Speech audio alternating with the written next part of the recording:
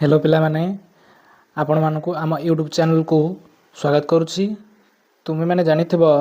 तुमर बही चेंज हो जाइछि। वर्तमान नुआ बहीर नाम होउछि इंग्लिश जस्मिन। तो ये इंग्लिश जस्मिन रो प्रथम यूनिट रो नाम होउछि विट एंड वाइजडम। तो विट एंड वाइजडम अंडर रे तीनटा लेसन जाउछि। तो चलो से लेसन भीतर टिक जान दवा। तो प्रथम लेसन होउछि the wit that wins hearts, तापर ए कंक्रीट एग्जांपल, तापर वाइजडम पेव्स द वे। तो आज आम केवल प्रथम चैप्टर पढ़ा, तापर नेक्स्ट रे तुम कमेंट कलापर नेक्स्ट चैप्टर को जावा। तो प्रथम चैप्टर ना हूँ the wit that wins hearts. तो विट अर्थ कौन ना विट अर्थ हूँ बुद्धि एंड वाइजडम अर्थ हूँ कौन ना वाइजडम अर्थ हूँ विवेक। तो बुद्धि और विवेक को लेकिन तुम ये पाठटी गठित। तो नेक्स्ट चलो पाठ कौन अच्छी देखा।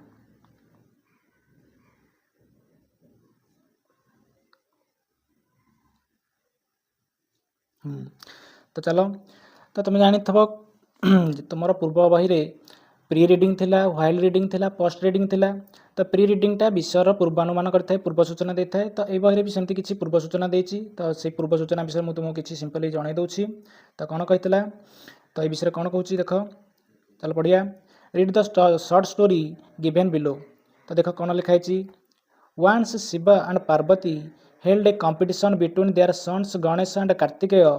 They were given the challenge to move around the world 3 times. The one who wins would receive the fruit of wisdom. Kartikeya, with his peacock mount, quickly set off. Ganesh, on his mouse, realized he could not compete with Kartikeya's speed. Instead, he moved around his parents, Shiva and Parvati 3 times.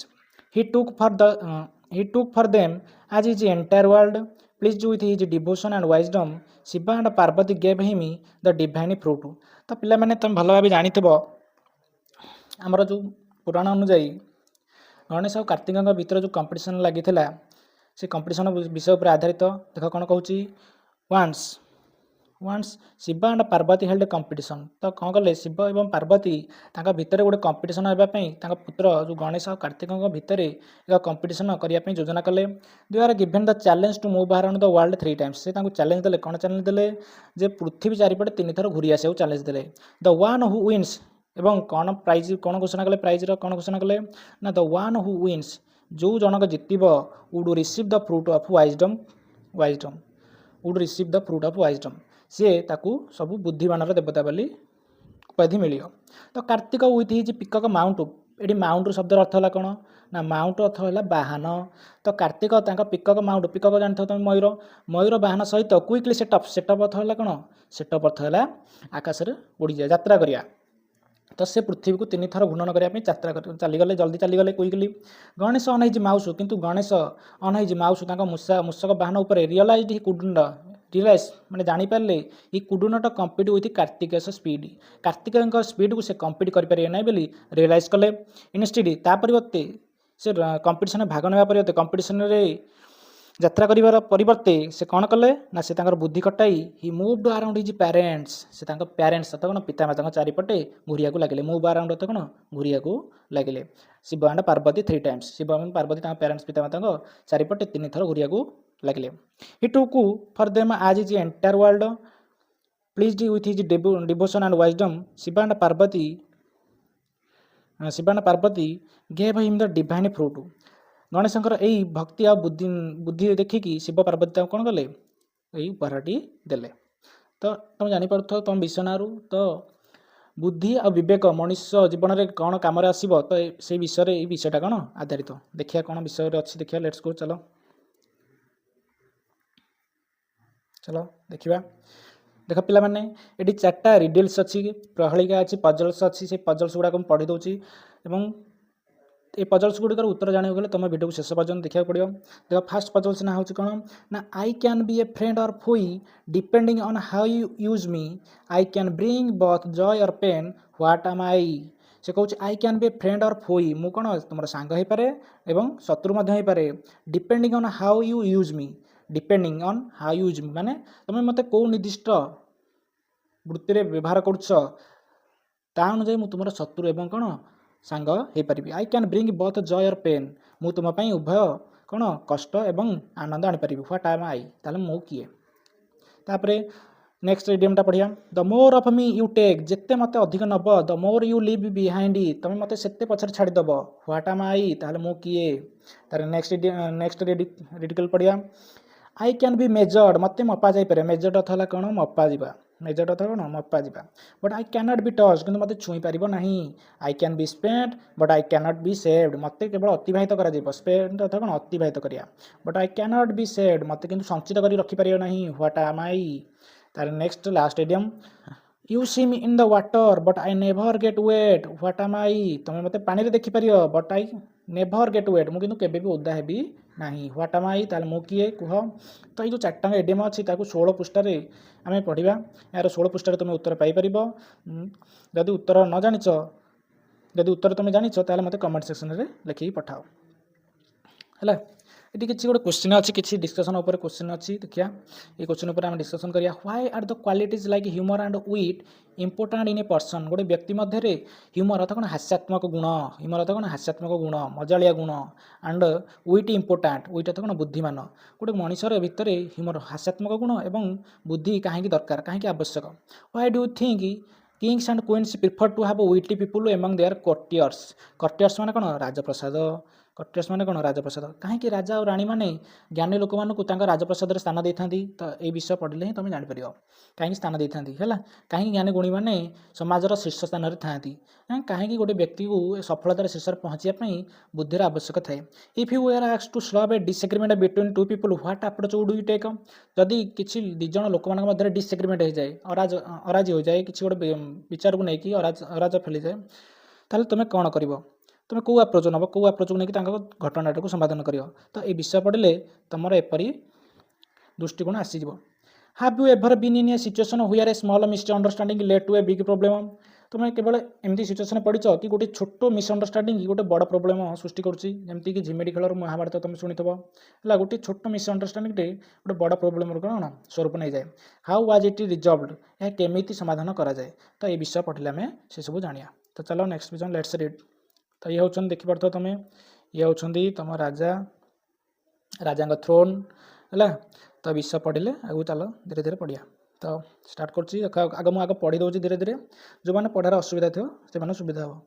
The Vijayanagara empire was renowned for its glory wealth and cultural achievements among its many illustrious rulers king Krishnadeva Raya stood out as a wise and powerful monarch. His reign is often referred to often referred to as the golden era of the Vijayanagar Empire, a time when art, literature and architecture flourished. A great pattern of learning, Krishnadeva Rai was not only a eminent warrior but also a gifted poet. His works such as epic Amukta Malyada and Sanskrit drama Jambavati Parinayam are acclaimed even today. तो देख विषय को भल भाव पढ़ीदे कौन बुझे दूसरी तुमको देख ये तुम बही भल भल कि देख ये जो जो इंपोर्टाट वार्ड वोकाबुलरी गुड़ा अच्छे से गुड़ाक बोले ये वार्ड गुड़ाक बहुत इंपोर्टाट टी नोट करदेव ये वार्ड गुड़ा सब इंपोर्टाट वार्ड गुड़ाक है परीक्षा ये वार्ड गुड़ाक पढ़ुची तुम कम्पिटेटिव एग्जाम ये सब वार्ड गुड़ा पढ़ुची है तो ये वार्ड गुड़ाक सब टी इंपोर्टाट मुझे लिखिदेवी सब ओडिया स्क्रीन में देदेवी तुम पछे लिखिदेव आगे बुझी जाओ the Vijayanagara empire was renowned for its glory wealth and cultural achievement तो विजयनगर राजा देख तुम इतिहास जितने पढ़ुव विजयनगर राजा दुईटा राजा शुणिथब दक्षिण भारतर दक्षिण दिगरे दुईटा राजा थे से दुईटा राजा साम्राज्य मध्य थे गोटे थिला विजयनगर एम्पायर आ गोटे थिला कौन बाहामनी एम्पायर तो विजयनगर एम्पायर दक्षिण पथरे थिला सबुठारु ग्रेटेस्ट एम्पायर थिला तो से विजयनगर राजा विषय कहूँ विजयनगर राजा तो the Vijayanagara empire was renowned for its glory तो विजयनगर सम्राट जो थिला रिनोड अर्थ कौन प्रसिद्ध थिला भल भाव जनाशुना थिला कौन पे जनाशुना थिला फॉर इट्स ग्लोरी तार गौरव वेल्थ अर्थ धन एंड कल्चरल अचीवमेंट सांस्कृतिक सफलता ये समस्त पाखे कौन थिला परिचित थिला among its many illustrious rulers यार अनेक सम्माननीय एवं प्रसिद्ध रूलर्स शासक मान मध्य किंग कृष्णदेव राय राजा Krishnadeva Raya stood out as a wise and powerful monarch stood out as a wise and powerful monarch अर्थ कौन बुद्धिमान एवं पावरफुल मोनार्क भाव छिड़ा हेले यार देख विजयनगर राजार तो जड़े राजा नुह विजयनगर एम्पायर को किए प्रतिष्ठा करते हरिहर एंड बुक्का हरिहर बुक्का संगम डायनास्टीर कौन विजयनगर एम्पायर को 5004 विभक्त कराई से संगम डायनास्टीर प्रतिष्ठाटा है कि हरिहर बुक्का थे संगम डायनास्टीर तार जो तुलुबा डायनास्टी था तुलुबा डायनास्टीर राजा होती किए विजयनगर एम्पायर मुख्य राजा किए कृष्णदेव राय तो ये कृष्णदेव राय स्टूड आउट आज वाइज एंड पावरफुल मोनार्क अर्थ गला कौन सुप्रीम रूलर मोनार्क अर्थ है कौन सुप्रीम रूलर जमी आम कहे चाइनार सुप्रीम रूलर किए जी प्राइम मिनिस्टर जड़े राजा हिंदी कृष्णदेव राय होती कौन wise and powerful monarch his reign is often report to as the golden era of Vijayanagara empire तांका रेन अर्थ है कौन तांकर समय काल जिते शासनवर्ती कालीन समय थिला तांकर समय सीमा को often report to as the golden era अर्थ कौन सुवर्ण युग कहुए विजयनगर राज्यर विजयनगर सम्राटर सुवर्ण युग भाव वर्णना कराए a time when art literature and architecture flourished Krishnadeva Raya समय को आर्ट कला कृति एवं शिक्षार समृद्धि समय बोली कहुए फ्लोरिश्ड अर्थ कौन समृद्धि फ्लोरिश्ड अर्थ कौन समृद्धि a great pattern of learning ये पैटर्न अर्थ है कौन बोले पैटर्न अर्थ है पृष्ठपोषकता तो जो कृष्णदेव राय राजा थे से शिक्षार पृष्ठपोषकता करते a great pattern of learning Krishnadeva Raya was not only an eminent warrior जो राजा कृष्णदेव राय केवल जन एमिनेंट वारियर नथिले एमिनेंट तो कौन प्रसिद्ध योद्धा नथिले बट ऑल्सो बरम ए गिफ्टेड पोएट मते भल जने भल कवि मते थिले हिज वर्क्स तांकर कार्यगुड़िक मध्य सजाच एपिक जो सब काव्य थिला से काव्य मान मध्य एक महाकाव्य अमुक्त माल्यद्य एंड द सांस्कृतिक ड्रामा जाम्बवती परिणाम एक सांस्कृतिक ड्रामा एवं एक महाकाव्य अमुक्त माल्यद्य आर आक्लाइम्ड इवेंट टुडे आक्लाइम्ड अर्थ कौन वर्तमान मध्य प्रशंसनीय आक्लाइम्ड ये एडजेक्टिव विशेषण पद बुझेगा वर्तमान प्रशंसनीय अटे तो विजयनगर राजा मध्य जिते सब राजा थे से राजा मान मध्य कृष्णदेव राय होती कौन जन महाराजा से कृष्णदेव राय होती बाबर समकालीन बाबर को राजा मुगल सम्राट बाबर जो आकबर समकालीन है तापर देखिए नेक्स्ट सॉरी देख ये बैसंती राजा बैसंती तांकर ये जो सेनापति मान देखुच जो विटी मिनिस्टर मान देखुच एम को कहुए अष्टदिग्गज एपटे 4 जन एपटे 4 जन 8 जन बसते मान कहुए अष्टदिग्गज है से अष्टदिग्गज मान मध्य तो बहुत गुड़े मिनिस्टर मुख्य थे तो देखिए पढ़िया विषय कौन लिखा अच्छी चलो देखिए हाँ तो कौन लिखाई देख Krishnadeva Raya's court was home to 8 celebrated poets तो कृष्णदेव राय कोर्टा कौन थी 8 जन सेलिब्रेटेड पोएट्स 8 जन सेलिब्रेटेड पोएट सहित कौन प्रसिद्ध पोएट मानकर घर थिला कलेक्टिवली नोन आज से जो 8 जन सेलिब्रेटेड पोएट मान को अष्टदिग्गज बोली कहुए दीज पोएट्स इनक्लूडिंग अलासानी से पोएट मान मध्य किए थे ना कवि अलसलानी पेडाण एंड तेनाली रामकृष्णा ये 2 जन मुख्य थे enrich the literary tradition with their masterpiece तो कौन कला कार्य गुड़ाक सबू कौन एनरिच कौन परिपूर्ण थिला लिटरेरी ट्रेडिशन रे परिपूर्ण थिला लिटरेरी ट्रेडिशन तो कौन भाषागत परंपरा रे परिपूर्ण थिला Tenali Ramakrishna in particular was known for his quick wit and humour Tenali Ramakrishna निर्दिष्ट करके तेनाली रामकृष्ण विषय कहया गले was known for his quick wit and humour से निजर क्विक तो शीघ्र बुद्धि एवं हास्यात्मक गुण जो से कोर्टे बहुत प्रसिद्ध थे earning him a special place in the king's court as both a poet and witty adviser तो earning him a special place तो राजा दरबार रे एक स्पेशल स्थान दूसरा as both a poet and witty adviser उभय एक कवि एवं एक बुद्धिमान उपदेशात्मक उपदेशदाता भाव कौन स्थान देता his clever solution to seemingly insurmountable देख गोटे इंपोर्टाट वर्ड आसला इनसरमाउंटेबल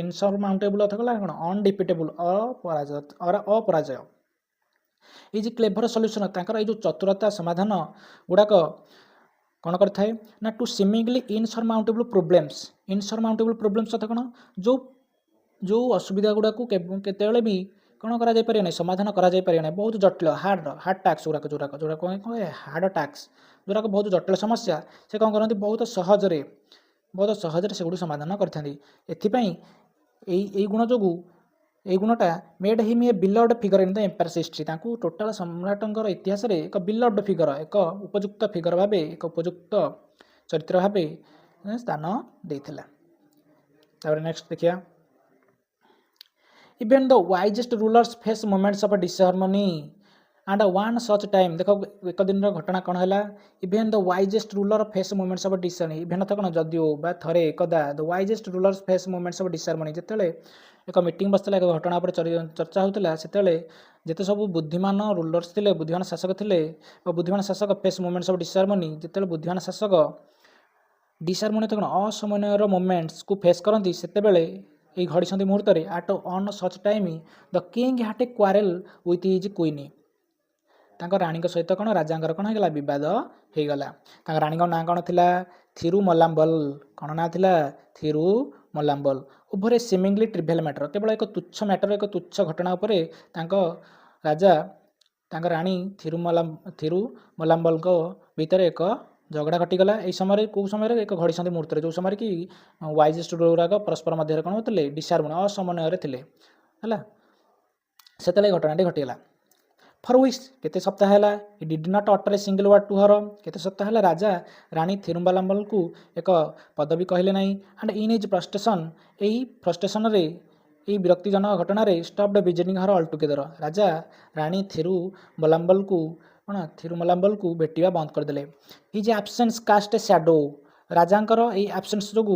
तो राजांकर एब्सेंस जो cast a shadow over the palace shadow तो छाया कास्ट तो फोपाड़िया तो ओभर द पैलेस तो कौन राजप्रसाद उपर एक अंधकारमय विषाद चारिआडे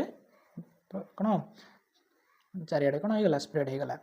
and the once cheerful corridor seem the quiet and forlorn जो वन्स चेयरफुल जो कॉरिडोरटा थरे हसखुशी मजी उठूला कॉरिडोर अर्थ कला कौन से कोर्टा को ही कॉरिडोर कह बुझेगा कोर्टा कौन कह कॉरिडोर कह जो कॉरिडोरटा हसखुशी पड़ी उठूला बर्तमान ता कौन कौन परिणत होगा सीम्ड क्वाइट एंड फल फन देख ये गोटे फल फन गोटे इंपोर्टाट वर्ड फल फन अर्थ कौन लोनली निर्जनतार परिणत होगा जनशून्य होगा तार नेक्स्ट देखिए Thirumalambal was upset and tried her best to resolve the issue but failed तो थिरुमलाम्बल किए थे राजा राणी थे वाज अपसेट बहुत दुखित होते and tried her best to resolve the issue but failed से सबू चेष्टा सत्वे से घटना को समाधान कर पारे विथ नो अदर अल्टरनेटिव किसी उपाय न पाई विथ नो अदर अल्टरनेटिव कौन किसी उपाय न पाई she decided to seek the help of Tenali Rama से टिमनाली रामार कौन साहाଯ୍य लोड़ा कले the court's brilliant and wit poet Tenali Rama होती कौन राजप्रसाद ब्रिलियंट एंड विट पोएट सब बुद्धिमान और चतुर कवि Rama listened patiently as the queen recounted the incident in detail तो रामा शुणु था राणी जो घटनाटा घटी जो घटनाटा राजा और राणी भितर बदर कारण था बहुत भाव में कौन राणी वर्णना करते रामा कौन पाखे बसिकी पेशेंटली धैर्यर सहित शुणुले ये है टिमनाली रामा देखिपे ये टिमनाली रामा है जोटा कि कोर्टर कौन प्रसिद्ध brilliant and wit poet next